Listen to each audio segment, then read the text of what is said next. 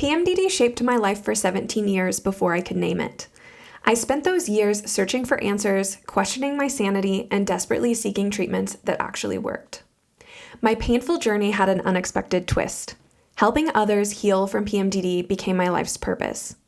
Hi, I'm Jess, a board-certified nutritional therapist, coach, the founder of Her Mood Mentor, and your host. This is PMDD Pep Talk, a weekly reminder that your suffering is real, your experience is valid, and your future is brighter than your symptoms suggest. Each week, we're going to explore the truths about PMDD that nobody talks about. The kind of truths that shift something deep inside you and make you think, maybe there's more possible than I imagined. Whether you're in the depths of luteal darkness or riding the clarity of your follicular phase, you're exactly where you need to be. Because here's what I know for sure. Healing PMDD isn't just about managing symptoms, it's about transforming your life. This challenge, as brutal as it can be, is an invitation to know yourself more deeply and live a more joyful, purpose-filled life. PMDD might feel like your whole story, but it's just a chapter, and you get to write what comes next. Welcome to PMDD Pep Talk. Quick pep talk pause. Remember that everything we talk about here is meant to educate and inspire. Always team up with your healthcare provider for personal medical advice. All right, now let's get into it. Hello and welcome back to PMDD Pep Talk. Today we have a juicy conversation, maybe a little bit of a controversial one. And I'm so excited to have it with you because the words that we use matter, how we talk to ourselves, how we think about things, how we're perceiving our experience shapes it. So today is really a mindset conversation and a boundary with self-setting conversation.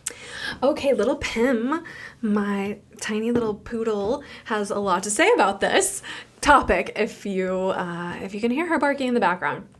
But what I see everywhere, I see it everywhere. I've used the hashtag, I have, but we gotta unpack this conversation because it irks me. It gets under my skin. I don't align with it. I don't like it. And I see it everywhere. The PMDD warrior label.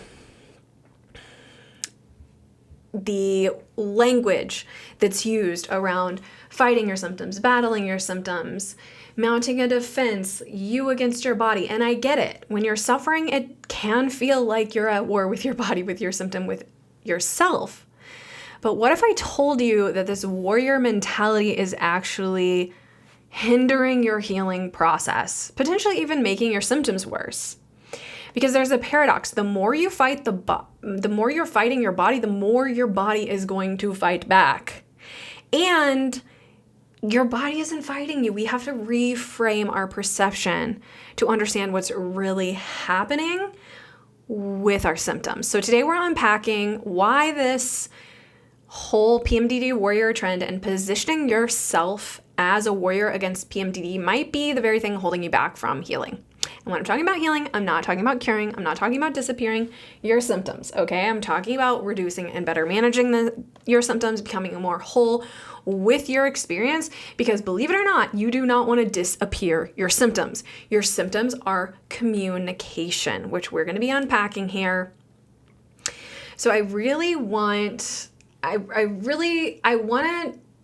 to get down there with you if you're like, no, I love the PMDD warrior language. Like there is an appeal to that, right? You want to feel strong. You want to feel resilient towards the symptoms. You know, this language is so common because it feels empowering when you've been dismissed, when you've been gaslighted, when you've been told it's just PMS. You know, if the medical system has failed you, like a warrior can feel like taking your power back. It can validate the severity of your suffering. Like, yes, this is a battle. I'm at war with myself. You know, there can be bonding with the community, right? Under that hashtag, you can find a lot of discussion and resources and communication around PMDD. There's a community bonding that can happen with a shared identity. There's a community bonding that can happen around a shared identity of fighting, suffering, you know, waging war against something bigger than yourself. There really can be an identity element to the warrior language. Social media reinforces it. I've reinforced it begrudgingly, no longer, but graphics, merchandise, it's perpetuated continually in our community, this warrior language. And there is an appeal to it. I get it. I didn't have such a problem with it in the beginning, but the longer I've been in practice, the more women we've supported, just the more damage I see being done by attaching yourself to this mentality and this mindset and perpetuating it. And the warrior stance really actually represents an adversarial relationship between you and your body. It positions your body as the enemy. It positions your symptoms as something to defeat, suppress, or overcome. And your success is measured by winning against your own biology. This is a core problem. You can't win a war against yourself. It's a very warped way of perceiving and living through the experience that I feel is damaging. Now, am I like taking it to a high degree by making a podcast episode on this and having a conversation about it? Yes. Maybe it's not affecting you that much. Maybe it's not a big deal. Maybe I'm blowing this out of proportion, but this is the core of how you're relating to yourself. And if the core of how you're relating with yourself is at war, and the core of relating to your body is at war, I feel it's very problematic. Now, I get that this kind of comes out of like a cancer realm, right? Like fight against the cancer, like a pathogenic overgrowth of something. I can see the argument being a little stronger in that realm because it's something you can really get in remission from. It's something that you can test and see in lab work. Psychological symptoms, PMDD, hormone sensitivity is not the same. And I don't think we should just like mirror and put that type of language and understanding onto a condition that is very different. That's kind of my TED Talk on that aspect of it. So the cost of the warrior mentality is high because it puts your nervous system in a chronic fight mode. War language equals threat language. Your nervous system doesn't distinguish between metaphorical war and an actual threat. Constantly positioning yourself as fighting keeps you in a sympathetic activation. And PMDD already dysregulates your nervous system, so that warrior mentality just continues to compound it. Healing requires safety. War requires vigilance. You can't heal in a body that thinks it's under attack constantly. There's too much disconnect between what's really happening and what you're perceiving is happening. It also creates resistance instead of receptivity, which is really a key distinction. When you're at war, you're rigid, you're on defense, you're closed off. Healing requires openness, curiosity, flexibility.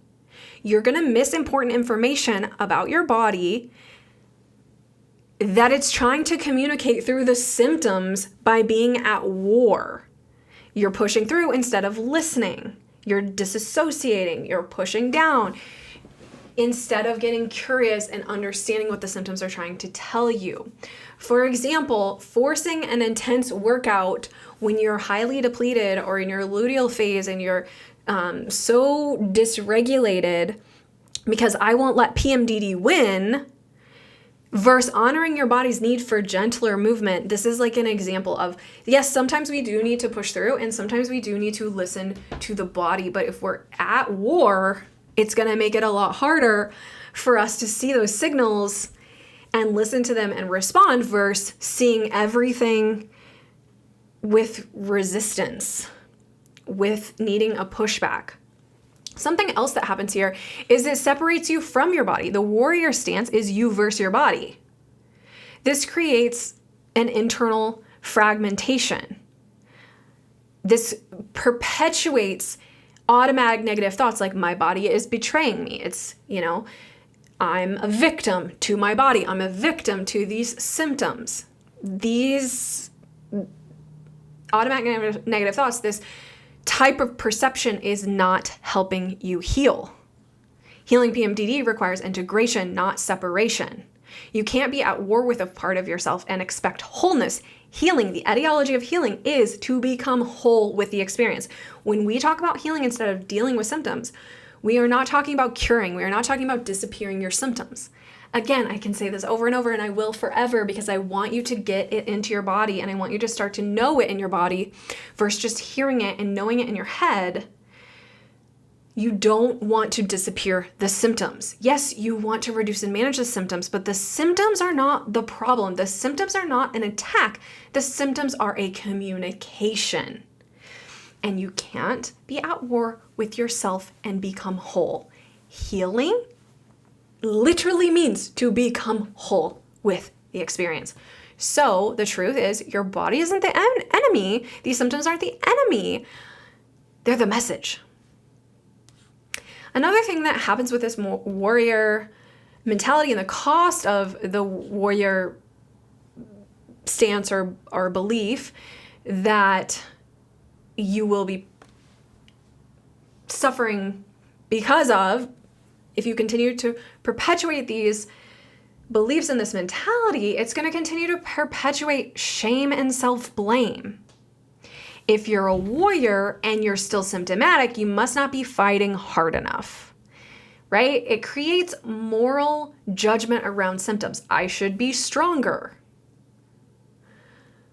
It turns a natural biological process into a personal failure. Now, is it natural to have severe symptoms to hormone fluctuations?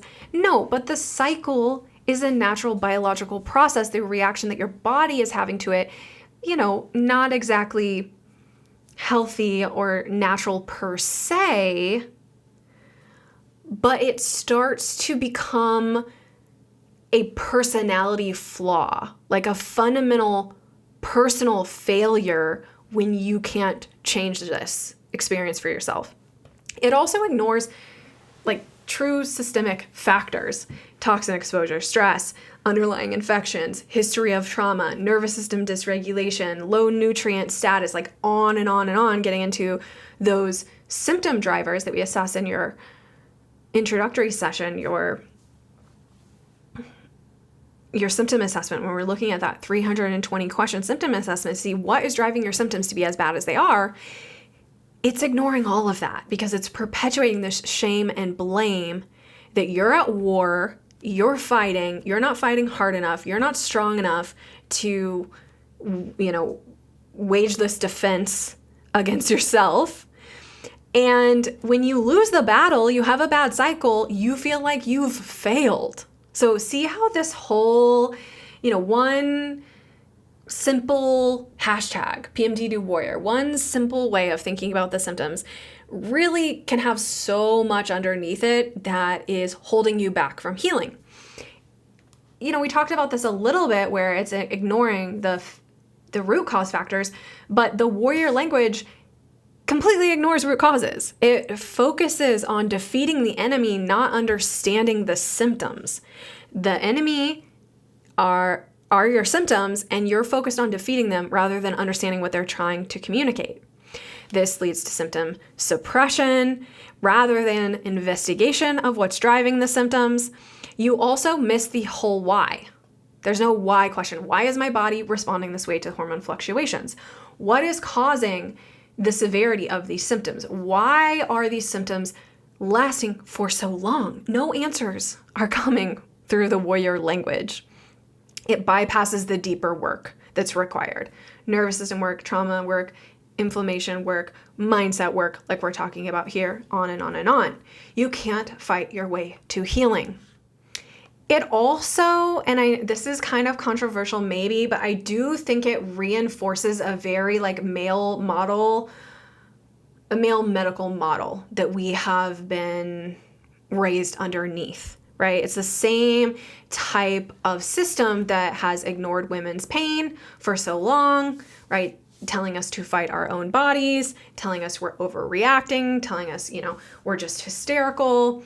There's also a major masculine energy to the warrior mindset: conquer, control, dominate, right? What's missing in this equation is the feminine energy of receptivity, cyclical wisdom, intuition, curiosity, all these expansive rather than contractive energies that we're bringing to our healing process.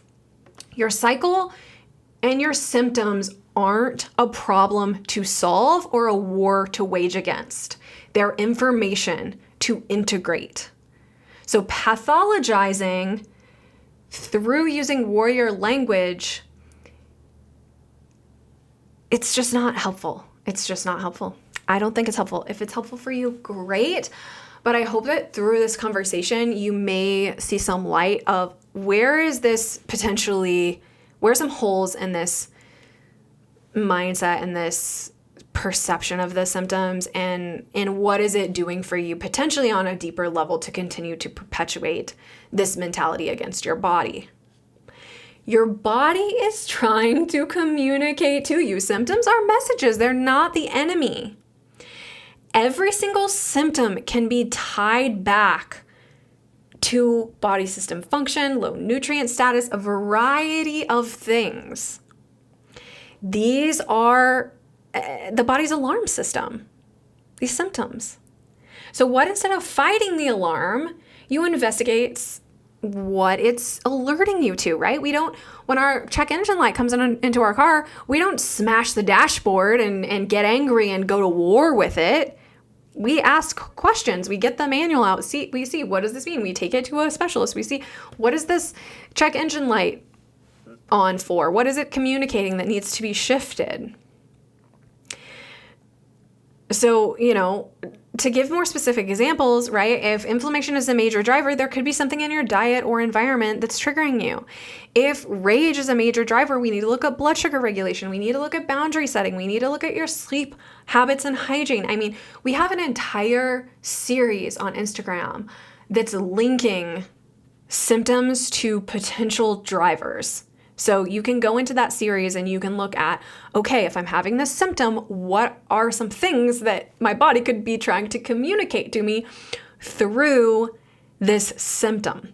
And there are so many pieces of the puzzle that are getting glossed over when you're at war rather than getting investigated. Really important to note, the menstrual cycle is technically a vital sign. So yes, the symptoms are communication, but every aspect of your menstrual cycle falls into the vital sign category. So right up there with your other vital signs. If you went into the hospital and you were having an emergency situation, they would check your vital signs, but they would never ask you about your menstrual cycle. Yet in 2015, the American College of Obstetricians and Gynecologists declared the menstrual cycle a vital sign. In 2016, the American Academy of Pediatrics did the same because they recognized, hey, young women's menstrual cycles from the start, every single quality, from the length of their bleeding, from the length of their cycle, from the color of their blood, from the flow of their blood, from their consistency of their blood, from the length of each of their different cycle phases, all is communicating information about the overall health of the entire body. This matters so much because your cycle gives you information about your overall health. It is a vital sign in females for your overall health. So irregular, absent, or severely symptomatic cycles are telling you something about your hormone balance, your stress levels, your nutrient status, the inflammation in your body, your thyroid function, blood sugar regulation, nervous system health, on and on. So what happens when you start to listen instead of being at war? Curiosity replaces the combat. You start asking, what is my body trying to tell me? Instead of, how do I make this stop? You gather data instead of waging war.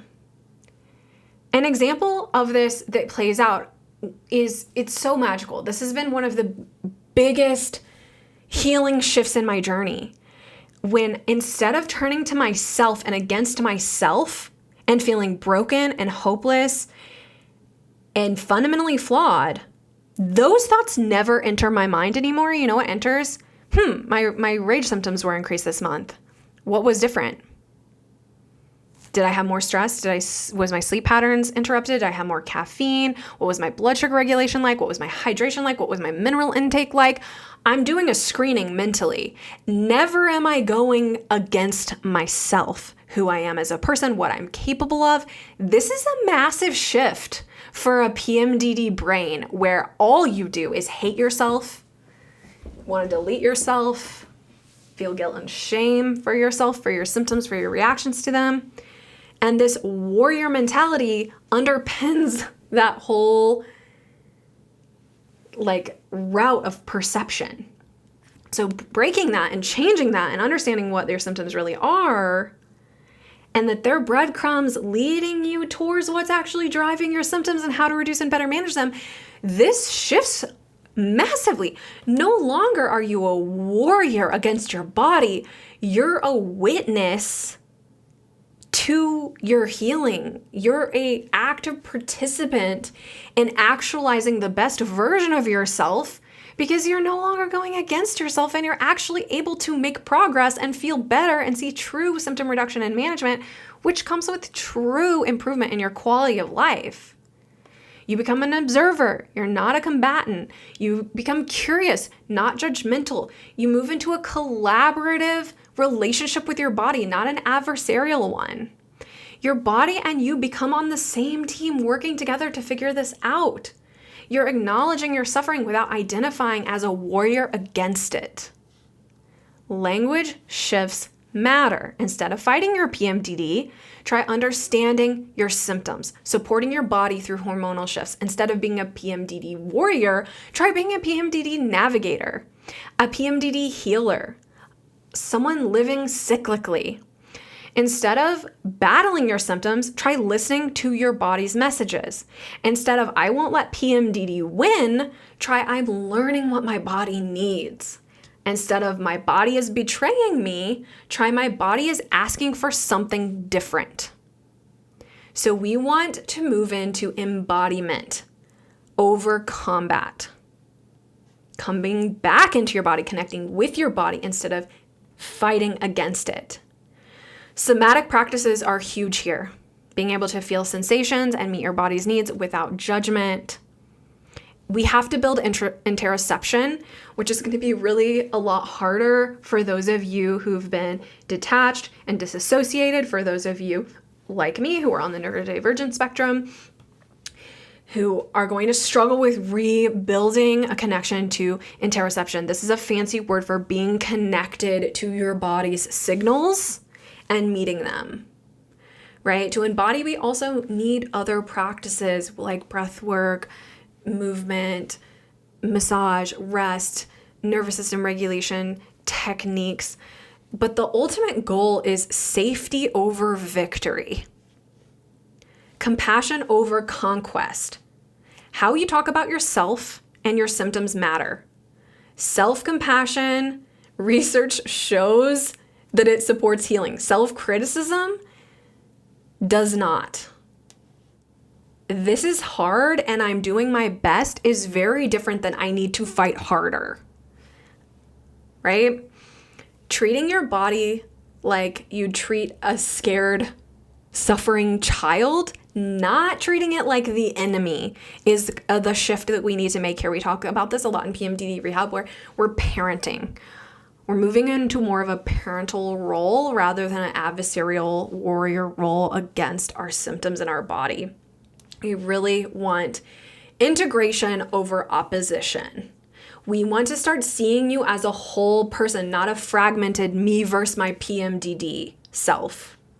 Your symptoms are a part of your experience. They are not separate from you.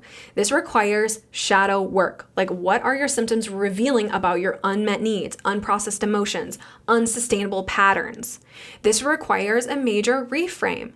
PMDD isn't something you have, it's something you're experiencing in response to multiple factors that are driving those symptoms.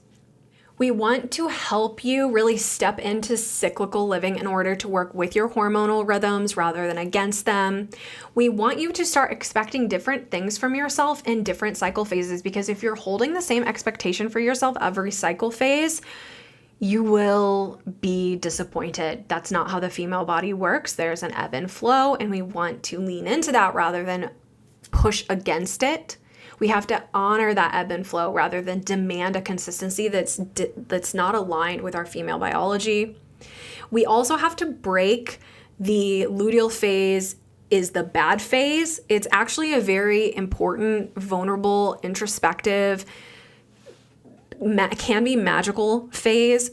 And the follicular phase you isn't the good you. It's more outward facing because of how estrogen impacts your brain in a persuasion event to actually get you to create life and become pregnant, right? These hormones are impacting your behavior, and that's where that reproductive health education comes in. Is so important for you starting to heal that warrior relationship with yourself, understanding what's you and what is hormone-driven behavior, and understanding that both of those are you and both of those are valuable, and it's what's a part of the female experience and what's a part of your personality. We have to break the enmeshment that PMDD has created in your mind of these two yous and a hierarchy of value between the two.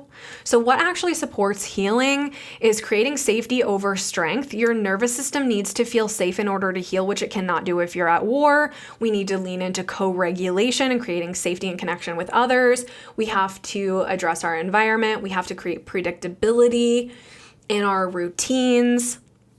I just kind of glossed over environment, but reducing stressors, toxins, chaos, like there's so much to unpack in creating safety over struggle. But healing only happens when your body believes the threat is over. So if you're living and breathing a warrior mentality, the healing is hindered.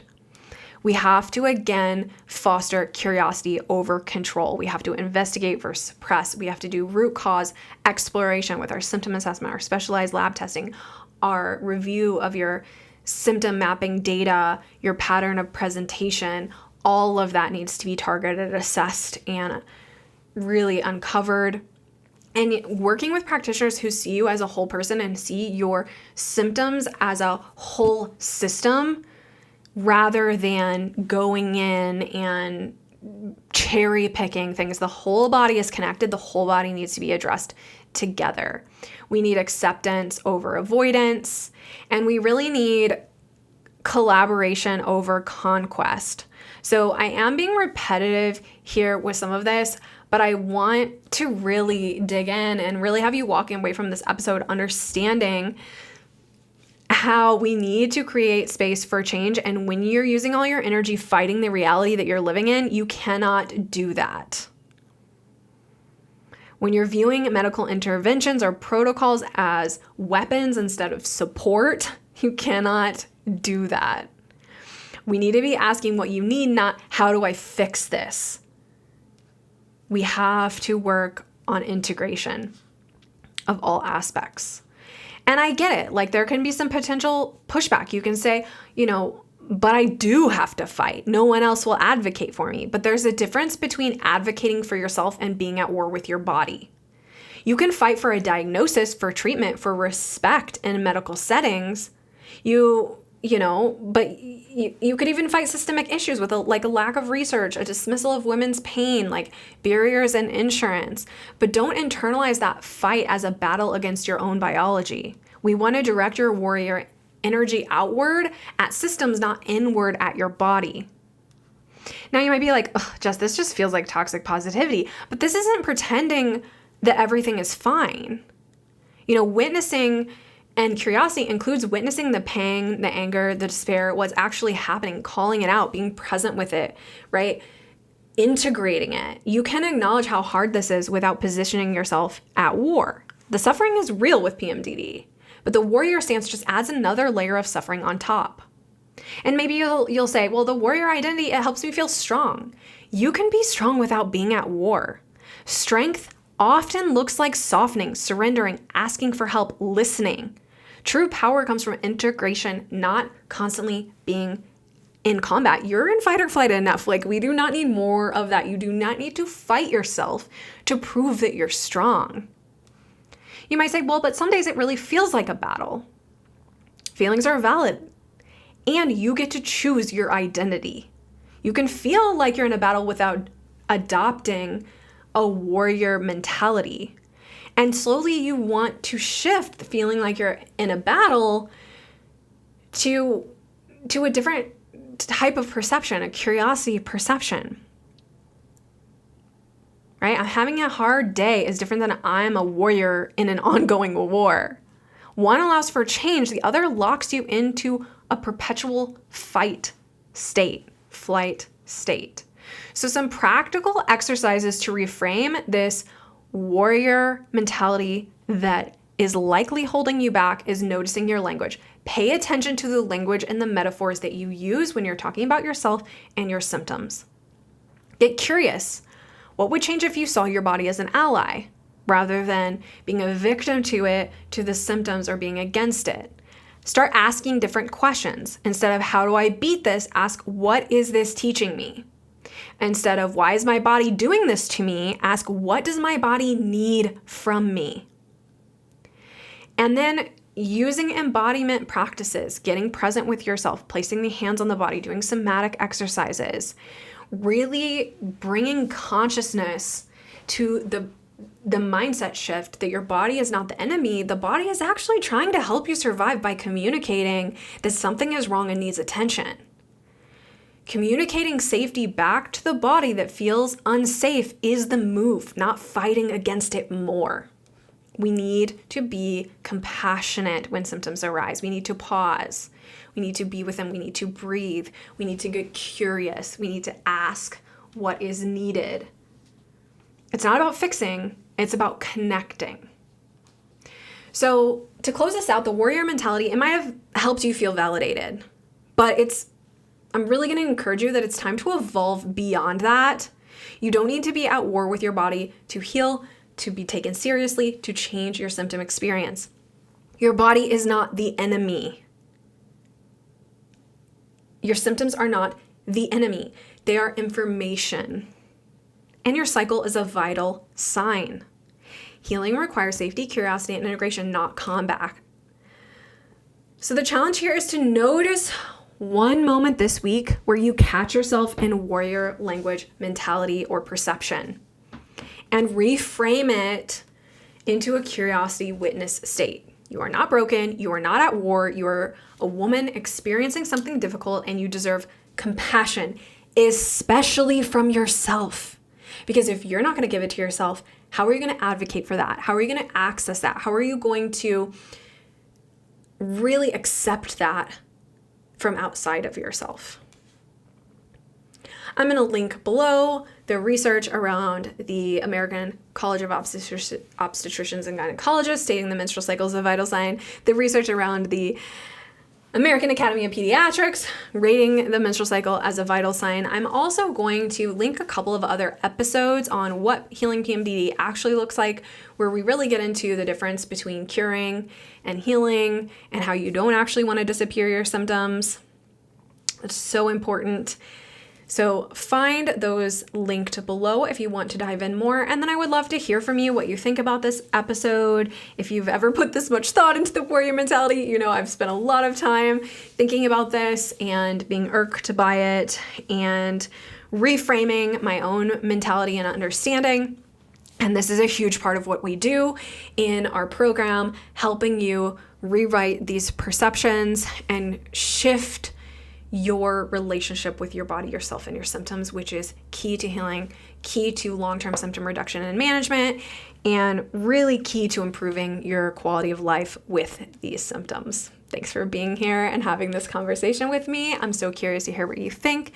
If you'd like to share insights, please send us a DM on Instagram or send us an email at support@hermoodmentor.com. If you find these conversations helpful, I'd love it if you take 2 minutes to leave a review on this podcast episode. It helps us reach others and helps us raise hope in the community with these little PMDD pep talks. So thanks again for being here. I'll see you next time.